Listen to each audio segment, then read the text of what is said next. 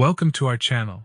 In this video, we'll delve into the SETOFF operation in IBM I, a powerful tool for managing indicators based on conditions in RPGLE programming. Let's consider a practical example where we use SETOFF to manage indicators in an RPGLE program. We define an array ARR2 to hold 5 numeric values. N is initialized to 1 and used as a counter in a loop to iterate. Within the loop, %rem ARR2 and 2 checks if the remainder of dividing ARR2 and by 2 equals 0, determining if the number is even.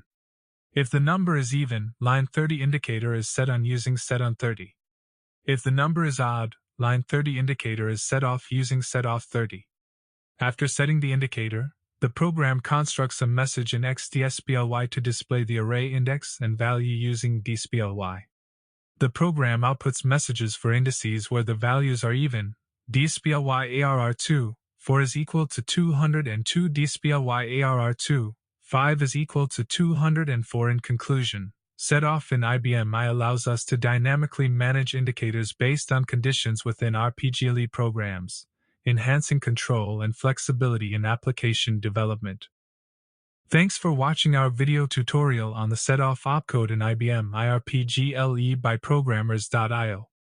If you found this video helpful, don't forget to like, share, and subscribe for more tutorials on IBM I RPGLE programming.